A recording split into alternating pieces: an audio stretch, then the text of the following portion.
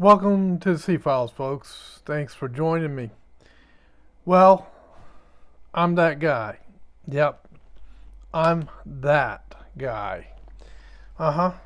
White, male, Christian.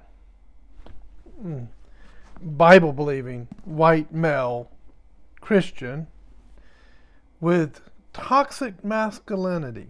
Yeah, that guy. Yeah, that one. The one that is the epitome of evil in the world of Schwab, Soros, and Incorporated. And it's interesting. I laugh about it. I chuckle in my videos because I'm in a pretty good mood. But Klaus Schwab and the boys, and Soros and the boys, and the New World Order Incorporated, they're not laughing so much these days because they're getting hit, and they're getting hit hard because people are waking up to their agenda and they're waking up to what they are doing. And this thing on the border, there's some enforcement occurring, but it's also a lot of theater. Here's the positive side of that. The positive side of that is that people are waking up to the issue because of the theater. And Biden's done. Trump will be the next president if they don't do something to either stop the election or if they don't do something to target Trump and take him out of the bidding for president, if you know what I mean. And there's ways that the deep state does that to candidates. They have been committing this heinous act many years now. Many bodies surround the Clintons, for example, and there's a lot of theories about those bodies that were formerly associated with the Clintons. And so we know the deep state, they will do, the New World Order, those guys, they will do whatever is necessary to stay in power. But the problem is their power is starting to wane. It's starting to go down. And that's because nations are starting to take their boundaries serious. Nations are taking their cultures and their history serious. And they don't want the globalists coming in and messing it up. Hold on just a second. I got the windows open and the wind wants to blow papers around. There we go. The globalists want to open up all boundaries. They don't believe in nations. They think we should just be one world. But here's the catalyst. One world that they rule over. And their rules apply. And everybody else is a serf and a slave and just a minion that does their bidding. But first they have to get rid of a whole bunch of us, beginning with us older folks. So this is the agenda. Now, we know that this new biological threat is coming because they keep telling us that it's coming. Of course, we know what's behind all of that. How do they know something is coming? Well, if I create something and plan it to be implemented in the future, then I know that it's coming, right? Hint, clue, all right? Things you can't say on YouTube because, they want to censor you. By the way, YouTube executives, go ahead, shadow ban, censor like you always do, because you have no integrity, you have no character, you have no moral fiber in anywhere in your soul or your body. And that's why you censor truth when it comes out. So, there. So here's the thing, folks. The only solution to these issues that are facing us this insurgency into our country, this takeover of our government by what I would consider to be a foreign power taking over our executive branch and our legislative branch and our judicial branch in the government, and a globalist power taking them over. And they no longer represent we the people. They no longer abide by the Constitution. One of the reasons why January 6th prisoners are still there is because they were inside Washington, D.C.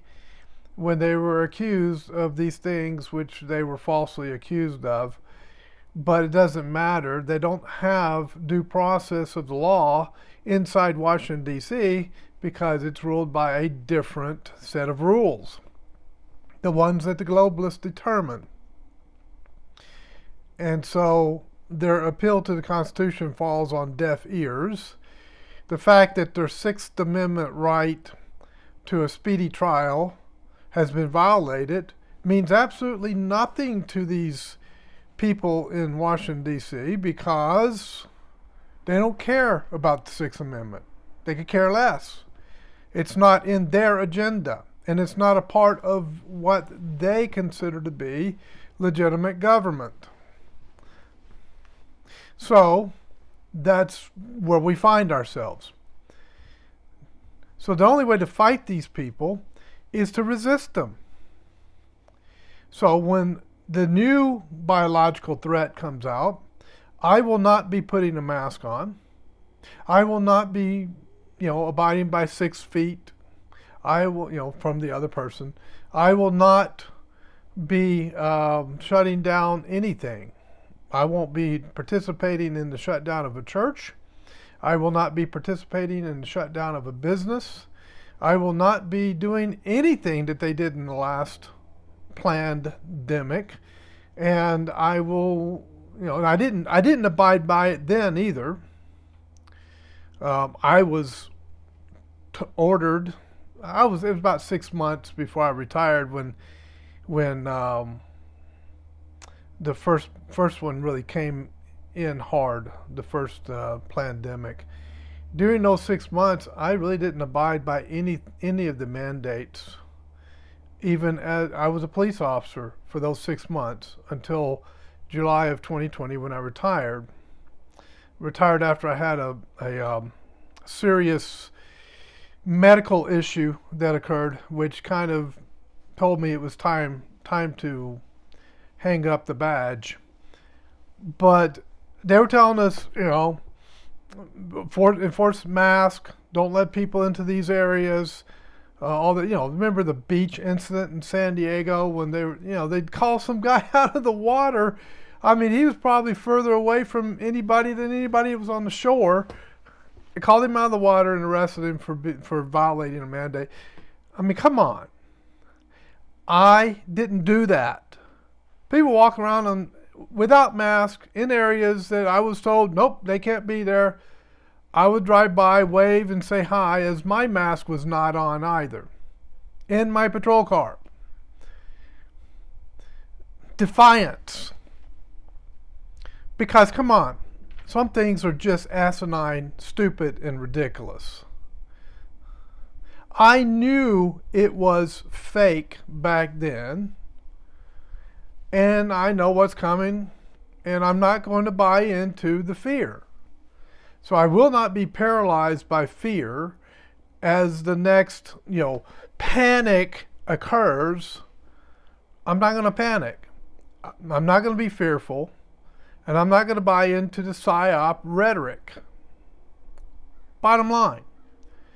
That's how we win this war. By resistance. Simply, not attacking in the sense of some insurrection against Washington, D.C. That's not it. When they come at us, we stand like an iron wall and let them bang their head on that iron wall and gain a real big migraine headache because they can't penetrate that wall. In other words, they can't get us to do what they're demanding that we do. Well, you guys shut down your business. Well, if every business in the city, every business in that town, that county says, no. We have a business association, we have the, Better Business Bureau, whatever, was it the Commerce, right? The Chamber of Commerce. That's what I was trying to think of. Chamber of Commerce comes out and says, no, none of the businesses are shutting down. We're not doing it. What are they going to do? Bang their head against an iron wall and get a big bump and a red spot and a headache. They cannot win if we stand up and say, no, we're not doing it. Period. You can take your mandate and stick it in the garbage can. Put it out on the curb, let the truck come pick it up and put it into the landfill. Okay? I keep it clean on this channel. This is a family channel. I keep it clean, all right? So, that's the only way we can win. 700 trucks heading down to Texas. That's the number that's being put out there, 700 trucks in the convoy heading down to Texas to protest illegal immigration.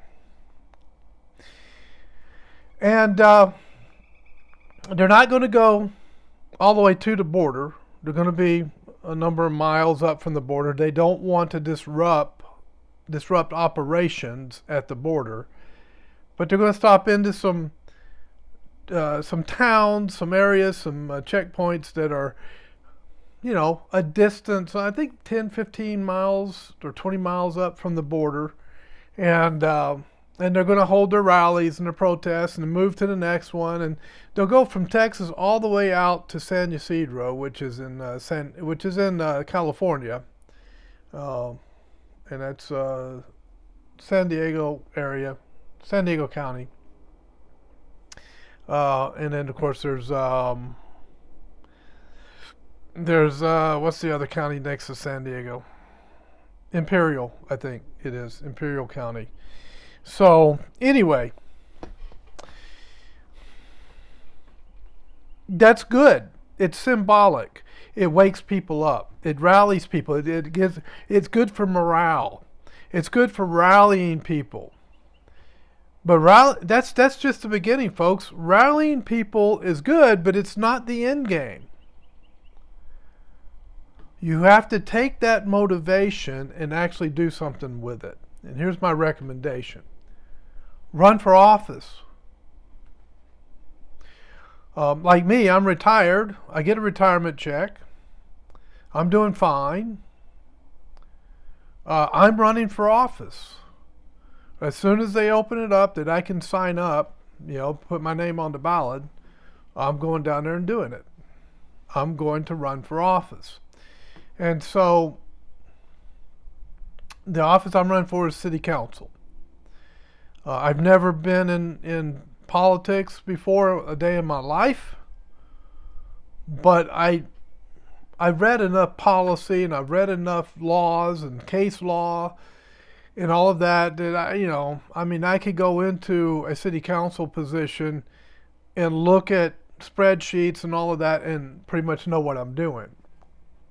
I know what I'm doing. So, and the whole point, sorry, my nose is itching, my apologies. The point is, why would I want to get into that dirty game? Because I don't want it to be dirty anymore. I want to help clean it up. Now, in my little city here, I've been to the city council meetings. I've met the mayor. I've met the city manager. I've met the council members. I've gotten to know them a little bit. They're not corrupt, and they're not dirty. I have questions about the county supervisors. Those guys, I think a few of them might be skimming a little bit off the top there, be getting some payoffs. But I'll know more about that if I can get into an elected position and begin to get some of the inside scoop. And if that's the case, I'm not going to sit there and let them get away with that. I'll call it out. Right? You have to call out corruption. And you can't be a part of it. You have to be the person that they can't buy off. They can't intimidate and they can't buy off. Remember, I'm a toxic masculine male, right? I can't be intimidated. I can't be bought off. You've seen all these videos of white people like me, like the scum of the earth, the original sin according to critical race theory that came out of the Frankfurt School. It was all a strategy. And it's basically become a cult now. The CRT is a religious cult at this point. It's also a form of indoctrination.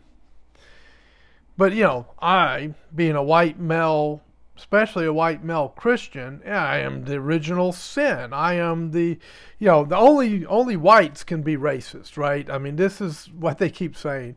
Only whites have ever owned slaves at any time in the history of the world. This is their narrative, their deception, their lies. Nothing could be further from the truth. Slavery was a worldwide enterprise, and everybody was involved in it. Blacks, whites, Asians, everybody, right?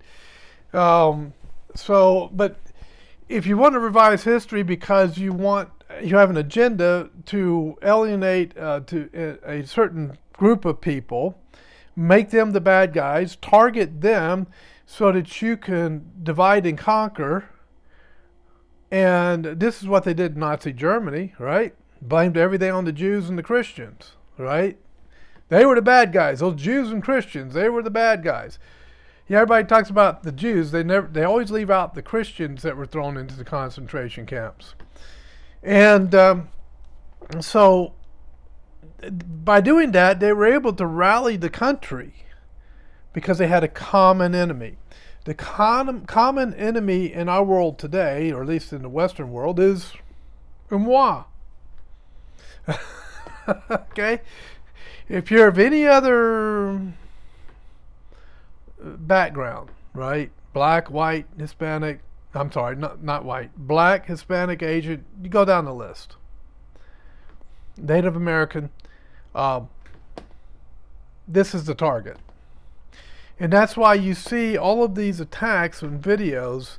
If you go to X, like Anti-White Watch, those channels on X, they put video after video after video of whites being attacked randomly without provoking the attack at all. Grandmothers, grandfathers, young kids, little skinny school kids that can't even hardly defend themselves. Some of them murdered, killed from these beatings that multiple people come in of other ethnic backgrounds, and they just beat the living tire out of these people, attack them at gas stations, in school. Teachers stand around, they don't do anything because they're scared to put their hands on anybody. Oh, I might get fired. Yeah, well, this kid's he's being murdered right in front of you. They're stomping his head into the ground. Brain trauma, internal bleeding. I mean, and this has been happening more and more and more. That's why it's important to be tactically sound, be physically fit, and know how to fight back and know how to defend yourself against these kind of attacks. I don't get targeted. I don't get attacked because of my military background and because of my law enforcement background. I have that look about me when I'm out and about that says, maybe we don't want to pick on him. He looks like he's been through a few things. He looks like he's got that certain walk. He's got that certain look. He's standing erect. And when we turn to stare at him, he stares right back at us. And he doesn't do it with intimidation. He does it with, what do you want? That look of confidence. You know, you can always tell a special operator. They have a certain look. You can always tell a cop that's been on for a length of time, and they've been on the streets and they've been in the fights and they've, you know, taken down the burglars and the armed robbers at gunpoint, and they've been in the fray. You can always tell them because they have a certain demeanor about them and a certain look. And so they become hard targets. And that's what you want to do. You want to become a hard target, because folks, with the number of people that have come across the border who have the intent to take America down from the inside, and the number of sleeper cells, the number of cartels that are operating in the United States now, the number of terrorists that want to commit acts, heinous acts inside our borders now. You have to be ready for that. You have to be ready for it physically, mentally. You have to be ready. You have to be locked and loaded. Go get your CCW and start packing to protect your family. Carry a knife for close quarters, right? Be tactically sound. Know what's around you. Scan as you're driving. Scan as you're walking. Know who's next to you, who's behind you. You know, what's their demeanor, what's their intent. You have to be diligent all the time on that, because if you don't, you become a soft target and you become someone that they want to attack and target. And we've seen this time and time again. Now the news media, they won't ever put that out, because they're on the side of the people who want to harm you and your family, and they're on the side of the people that want to take down this country. They're in cahoots with them. So what's happening is people are beginning to realize this more and more and more. And more people are arming themselves, and more people are training themselves to be a hard target. And that's a problem for the globalist. Because if that happens, they're going to have a hard time pushing their agenda. My concern has been that we've become a weak people. Males have been emasculated. We are not masculine any longer.